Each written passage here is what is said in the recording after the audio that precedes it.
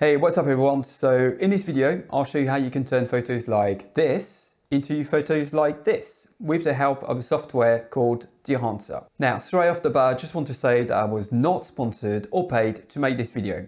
Dehancer approached me and offered me a license for their plugin in exchange of me doing this review, as well as to give them some feedback, but more importantly, to give my unbiased and honest opinion. And that's exactly what you're gonna get. In addition, you can find an exclusive discount code down in the description, but keep on watching to know more about it. So chances are that if you clicked on this video, that you may already be familiar with Dehancer. And that's because they're pretty famous for their video editing plugin, which takes your crisp, sharp, digital 4K video footage and makes it more filmic and more organic looking.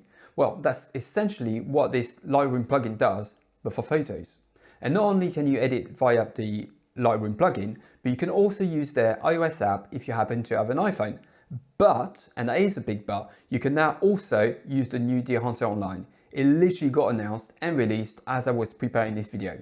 And that is a game changer for anyone without a computer or an iOS device. But more on that later. So what does Dehancer do? Well, in a nutshell, it makes your photos look like they were shot on a film camera by providing you with dozens of film stocks that have each been crafted very carefully to emulate the look of their physical counterpart. On top of that, it also allows you to add typical film artifacts like grain, blooming, halation that make film photography so popular nowadays. And as a matter of fact, it's so popular that even famous YouTubers like Peter McKinnon pretty much entirely switched to film cameras last year. And do you want to know my dirty little secret? I actually used Dehancer to edit most of my photos in the last couple of videos. Yes, you heard it right. So I got so much feedback about how good the photos looked that will definitely make Dehancer a must-use tool in my workflow from now on. Right, so now to show you how easy Dehancer is to use and how it all works, let's jump straight into Lightroom. Before we start though, I just want to say that the beauty of this plugin is that you don't have to use the film stocks if you don't want to, okay? It's very versatile. So let's say if you just wanted to add a bit of bloom or a bit of halation or a bit of grain or a bit of both, just do that. Just use what part of the software you want to use in your photos. So for the first photo that I picked is this one. So that's I wanted a kind of neutral photo to start with to show you a specific feature that Dehancer allows, okay? So first of all, Dehancer team recommends a few things that you do before you send your photo to Dehancer, okay? So the first thing to do is to make sure that when you import your photo, it goes from Adobe Color, because that's the default import setting, to Adobe Standard, okay? So it doesn't mess with the colors inside the program. Then the second thing they ask you to do is to reduce the exposure to -1 stop. So there you go. Then they also recommend to increase the blacks to +60. Right, technical issue, low battery on the light. So quick change of light. So where was I? So yes, we're increasing the blacks to +60, and they also recommend that you decrease the contrast to -40. So basically they just want you to make your photo a bit flatter so it goes with the film stocks better, okay? So bear in mind that is something that you may have to play with depending on your photo. Also, what I've done, I've just created a mask here to increase a little bit our contrast in the shadows area, and I've cropped it because the photo was a bit crooked to start with. So apart from that, that's all I've done. Now, Dehancer also recommends that you turn off any sharpening in your photo and any noise reduction. Now, because we're dealing with mobile phone photos here, what I do before I send it out to Dehancer is that I do run a denoiser beforehand, because I don't want to add the noise from our sensor on top of the grain added on top of it, because it just look messy. So what I'm going to do, I'm just going to quickly do a denoise on this one. It's not particularly noisy, but there you go. I'm just going to add one. Once it's done, I'm just going to add a little bit of sharpening though. So I'm going to do a quick Alt and mask here. There we go. And there we go. I don't want too much. Here we are. So now we can send the picture to Dehancer. To do that, you right click on the photo and press edit in. And if you installed it properly, it should be here, edit in Dehancer Lightroom. Okay. So here are the settings that you should be sending your photo to Dehancer. So no compression, 240 ppi, sRGB and T format, and you edit a copy. So we're going to do just that. So once you're in Dehancer, you're greeted with this view. So you got your photo in the middle, you got all your film stocks on the left here. At the top here, you got your films or you got your presets. Presets are a mixture of films and settings mixed together, and is handcrafted by the Dehancer team. And that's what we're going to go through for this picture, because I just want to show you how a click of finger, you can make drastic changes and make a photo look from this to something completely different that will actually blow your mind. But at the top here, you've got your settings. So you can go through your settings, you can update your film profiles. In total, at the moment, there's 63, but keep them updated. They might add some more as well. And then you've got your restore button, so that resets all the settings, and your undo button, okay? And then on the right here, you've got your histogram, you got your magnifying tool if you want to, and you got your preview button here. I wish there was a shortcut to just do preview like you do in Lightroom, but there isn't. Again, that's probably feedback for the Dehancer team. And on the right, you got a mixture of features specific to Dehancer, like bloom, halation, film grain, film damage. And by the way, I'm running the 2.5.0 beta, and that's why you got film damage here. That's a new feature and it's awesome, but we'll go through that in a second. As well as your settings that are kind of crossed over with Lightroom. So, you know, your exposure compensation, your temperature, that's how you kind of make small tweaks, adjustments, as well as settings that are specific to the film industry, like what sort of print, what sort of paper you will want your photo to look like if it was printed on the paper. That will affect massively the way your photo look, as well as doing little fine tweaking with color heads. So now, like I said, I'm gonna use a preset. So like with Lightroom, when you get your preset, this one I can pick basically a preset already made by the Dehancer team, and one that I actually played with and I was absolutely shocked by the result is this one, the Polaroid Type 100 Sepia. One click is transformed the picture completely. And from this picture that we've taken, you know, a few months back in Norwich, we made it look like a picture that was taken back in the 20s, you know, 1910, 1920s. And if you didn't know any better, at first glance, you'd think it's a vintage photo. You know, there's obviously the few giveaways like here, the signs, and then you got people here, what they're wearing. So I just like the way that he's put the tones on that photo, the grain, as well as kind of unsharpen the picture. It just makes it look so real, doesn't it? It's awesome. So now on top of that, the only thing that I'd do, again, we'll go through the settings later, but what I'd do, I'd add the new feature, which is the film damage. And for this one, if we click on it, then you can see it's a bit over the top, okay? But first thing I'll do is go down to the bottom and use the chromaticity setting. That it basically will remove all colors from those scratches, because at the moment that doesn't look really real, you know. So I'll take all that off.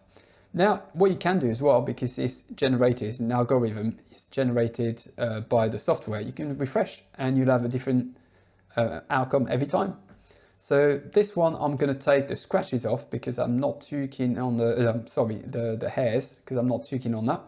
And what I'll do, I'll lower the amount of scratches, okay, a little bit. There we go. And at the end, what you can do is reduce the opacity as well, so it doesn't show as much and it's more real looking sort of thing. And there you go, that's all I do for this picture, to be honest. And it looks absolutely amazing. What do you guys think? Because I was blown away by how quick and how amazing it looks just by doing a couple of seconds worth of editing. So once you're done with that, all you do is press OK, and you're taken back to Lightroom with your picture. And from there on, like I said earlier, you can stack up your edits. So once you're done with Dehancer, you can carry on doing your edit in Lightroom as you would normally. Right, so the next photo is this one. So I've used that one in a previous vlog. It was a different one, but it's the same scene anyway.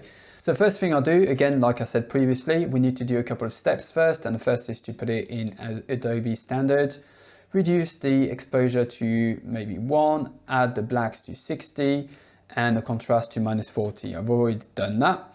And what I'll do, also do a quick denoise on this photo. Right, so now the denoise pass is done. And again, I've just added a couple of masks here to just increase the contrast that we get in the shadows here.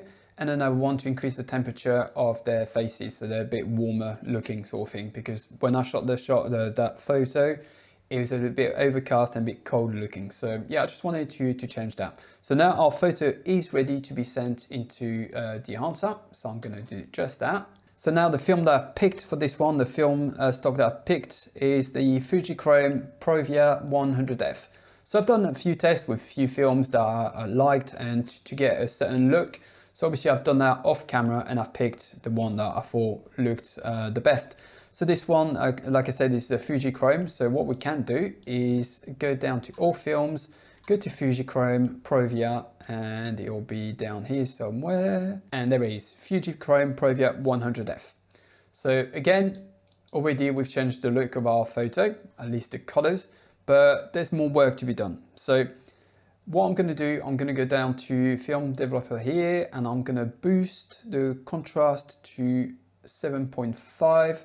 Just add a bit of contrast to the image a little bit more, and I'm going to add film compression. So film compression, what it does, you'll see it straight away. If you look at the highlights here, it will compress the dynamic range, because that's one thing when you film, when you shoot on film, the dynamic range is a lot smaller than it would be on a digital camera in a sense, because the digital camera will try to get everything from the darkest shadows to the brightest highlights, and that's a straight giveaway that you've shot a photo on a digital camera. So that basically is compression. It compresses your dynamic range and it helps giving it that film look. So now I'm going to go down to print. So now we'll try to emulate what this photo would look like if it got printed on paper.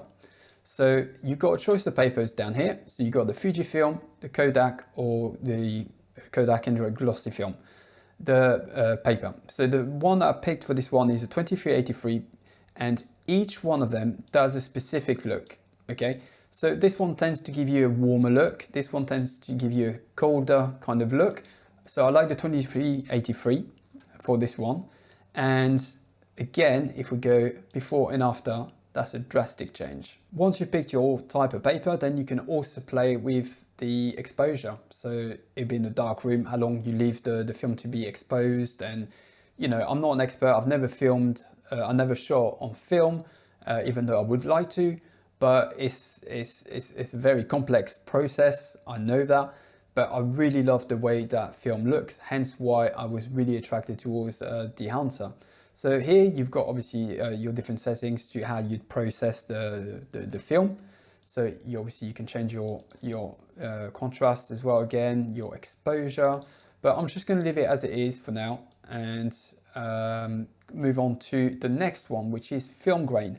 So film grain, now in the beta, you've got different presets, stock presets of grain. So the one I'm going to pick at the moment is the 35mm ISO 50 because it gives you smaller grain and it's not as prominent as 500. In terms of grain, I don't know how you guys will see it on the YouTube video because obviously it'll be compressed and it will try to maybe smooth everything out, but believe me, it's there on screen. So I'll pick the ISO 50, and then once you've done that, you can go to your custom and a custom menu and then tweak every single setting. So now what I really want to do, as you can see, there's a lot of grain on the people's faces here. So what I'm going to do, I'm going to reduce the grain in the mid-tones to about here. I'm happy with that. And I'm going to increase the resolution a little bit. So resolution, what that does is, with like on film, if you have a lot of grain, you lose a lot of detail, a lot of clarity, and that emulates that. So that's with the grain added to your photo. If you didn't have the resolution all the way up, you'd lose your detail, and that's exactly what's happening here. So I'm gonna go not over the top because obviously I want it kind of realistic. So I'm gonna go to about 80. I'm happy with that. The amount of resolution and detail that I've got here, and the amount of grain I can kind of control here by going less, okay? But I want more grain in my shadows, so I'm going to increase that. And as a whole, I think I'm quite happy with the results as it is. I might just reduce it in the highlights as well. Let's have a look. No, I'm quite happy as it is there. There you go. So then you can choose between negative and positive grain. So if we go to negative, it's going to increase it a lot, as you can see here. So I'm going to leave it as positive for this photo. So I'm happy with the results. So I'm going to jump into halation. Now, halation, I don't know, I'll say halation. I love this because it kind of emulates an artifact that when you take a photo, the light will have a slight fringing around the highlights where you get a little orangey kind of look. So you can see now if I do a preview, halation with and without, and you can see it makes a massive difference in terms of where the highlights are. So again, with this one, you can really customize the look that you go for. So I'm going to go for the 65mm, 70mm on this one, and I'm going to go to custom, and you've got a mask mode here, which you can use to see exactly what part of your photo is affected. So I wish there was a way to edit that mask. I've sent that feedback back to Dehancer, and I wish there was a brush to be able to brush areas of the photo that you want the halation or the bloom to affect your photo. Once you're done, you get to your mask, and then at the bottom, you've got a setting that says impact, and that's the overall visibility of the layer, if that makes sense. So now you can increase it or decrease it as you will. There you go. So I'm happy with this much. Yep, that's pretty spot on. Then the next one I'll use is the bloom. I absolutely love this setting.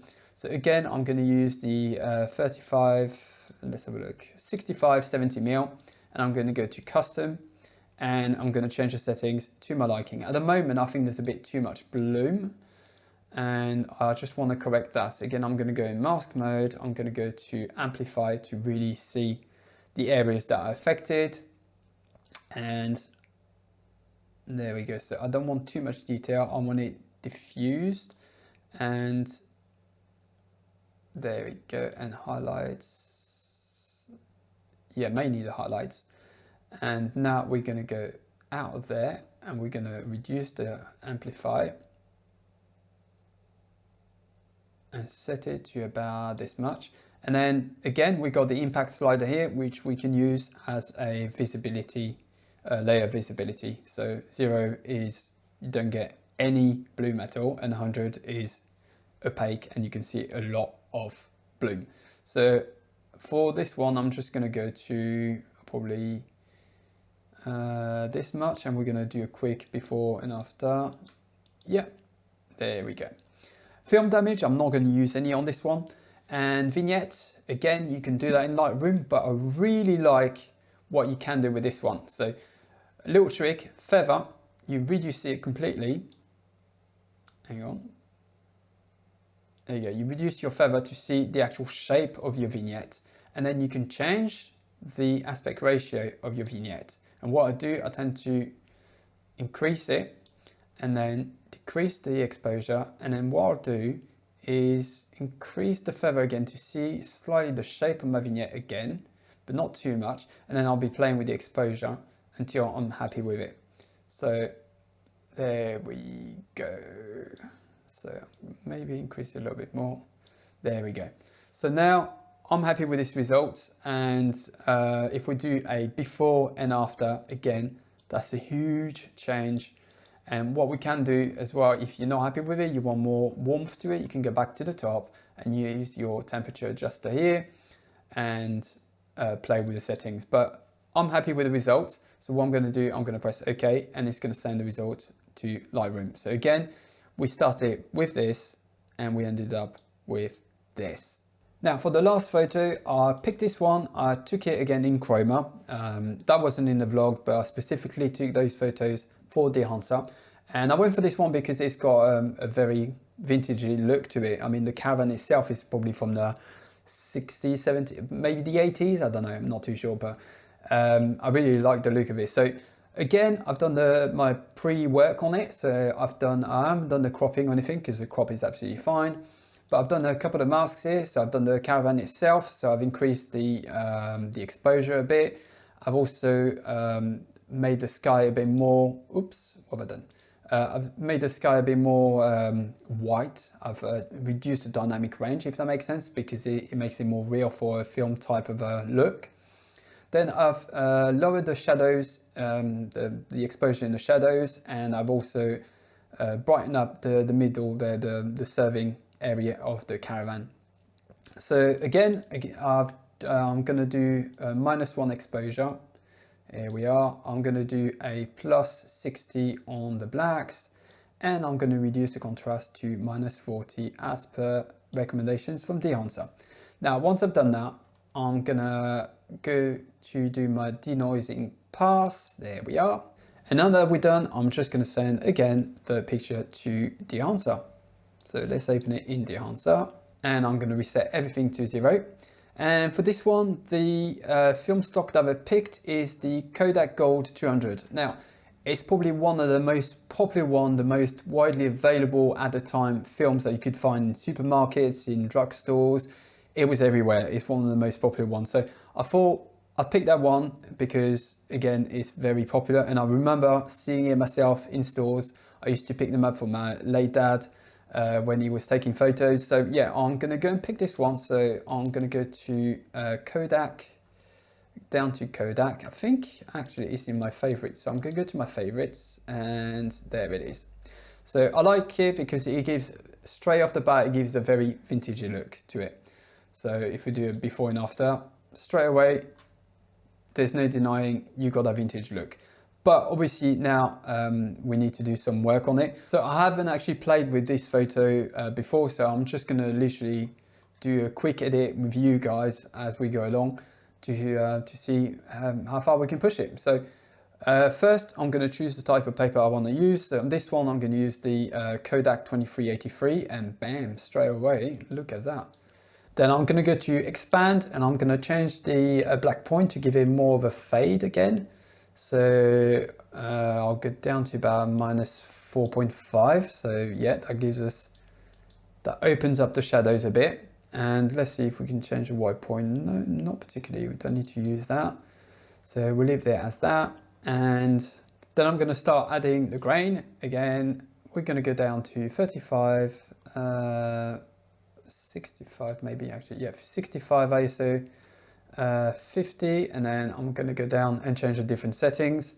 Now if we go to 1:1 and see exactly what we're dealing with here, so I'm gonna actually, it's not too bad as it is. Actually I want a bit more noise, so I'm actually go down to 35mm. There we go, a bit more grain here.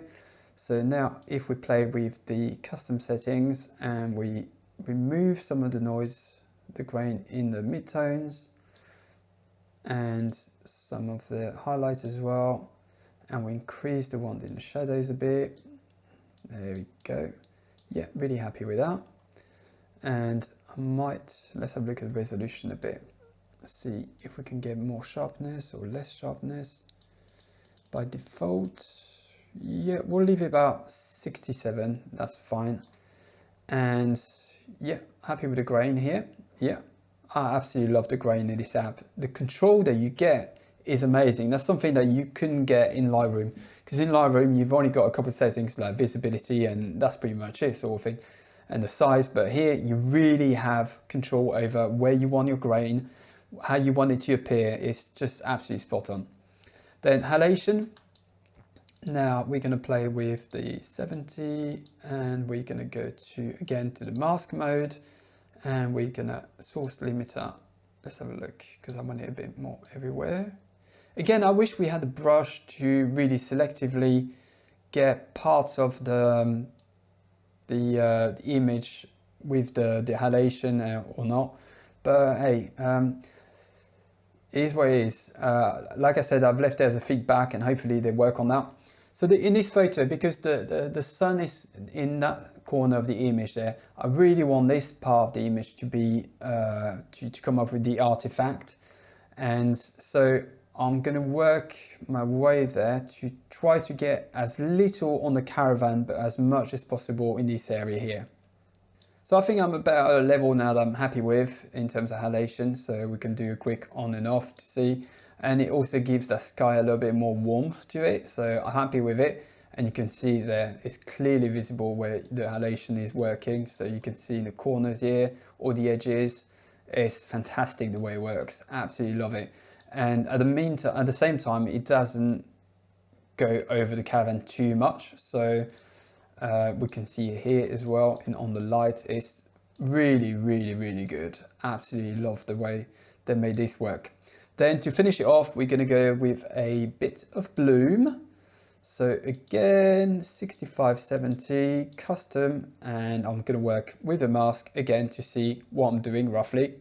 And once I'm done, I take the mask off and I go down to amplify, go back down a bit, not to give it too much bloom. And I can play with my impact slider like I did before to just make it more or less visible. So now if we do on and off and see how it all looks. Yeah, happy with that. What do you guys think? Looks much better than it did before. And it really goes, we really went for that vintage look here. Cool, so now all I'm left to do is a little vignette on that. And yeah, that's the finished product. So we're gonna send it back to Photoshop now, to Lightroom. And this is what we started with. And this is the finished result, which is absolutely stonking. So I try to go through every single option in Dehancer, but again, like I said, it's all about playing with all the settings and just finding what works for you, what doesn't. And again, just use the parts of Dehancer that you need. So if you don't need to use the film stocks, don't use them. If you just need a bit of grain, just happy days, just use the grain. So you can combine as many, like I said, as many or as little features of Dehancer in your final picture. And then you can always go back to Lightroom, and like here, you can always carry on with the edit and just fine tune it to your liking. Right, so that was Dehancer for Lightroom on PC. But like I mentioned earlier, there's also that new Dehancer Online, which is now live, that essentially allows anyone without access to a computer or an iOS device to do all the work on their phone. And that is really good news, especially for Android users, because you can now edit your photos in Lightroom Mobile or whatever software you use to edit your raw photos. And you can then upload them to Dehancer Online and give them that same look, again, without using a computer. And that is just awesome, because that was one of my main feedback points. Why is there an iOS app and no Android option? But now anyone can have access to it. Now, my main feedback to the support team, as I mentioned in the video, is about the ability to alter the mask. It would be awesome if we could just brush parts of the mask to have more granular control over what is being affected. Apart from that, maybe an impact slider in the grain section to allow for more and less visible grain in the overall output. That would be great. But that's just me nitpicking, because at the end of the day, I know these guys keep updating the software and they bring new features all the time as well. But again, because they've asked, that was the feedback I gave them. Right, so since we're on the subject of support, I've had a fantastic experience, and I've got to give Dana a big shout out, because she bent backwards to answer all the questions I had, and she would normally typically reply within minutes. So kudos where it's due. In terms of pricing, let's be honest, it's not cheap. But the offer that makes the most sense to me would be the lifetime license, which offers free support for life and a lifetime update promise, which is something that other softwares don't always provide. Alternatively, you have the option to get a subscription in either 3, 6 or 12 months, but depending on how long you intend on using it, the lifetime license might make more sense. The new Dehancer Online version comes in at $4.99 per month, so it's definitely cheaper, but it's also more limited in terms of features, obviously, since you're running it in your browser. They will, however, add features to it as they update the service. Now, thankfully, if you use my promo code UpsideLens when checking out, you will get yourself 10% off either the subscriptions or the lifetime license. So that's definitely a good way to save some cash here. Now, for the $1 million question, would I recommend Dehancer? Absolutely, in a heartbeat. It's fast, it's very efficient, it's flexible as you can stack up color grades from Lightroom and Dehancer together, and it gives you absolutely stunning results within seconds, literally. You could probably achieve some of the results in Lightroom Classic through heavy masking and intricate curves, but that would take a lot of time, a lot of knowledge, and a lot of trial and error to get something similar. So I'd say you get what you pay for here. Granted, it won't be for everyone. It all depends on the use case and the workflow, but personally, I will carry on using it. But if you're still in two minds, you can always download the free trial and try it for yourself before you commit to it. I think that rounds up pretty much everything that I had to say about Dehancer. I hope you guys enjoyed. I just want to say again a big massive thank you to the Dehancer team for giving me the opportunity to talk to you guys about it. But yeah, that's all from me today. So don't forget to subscribe to the channel if you haven't already done so. But thanks for watching, and I'll see you all in the next one. Bye!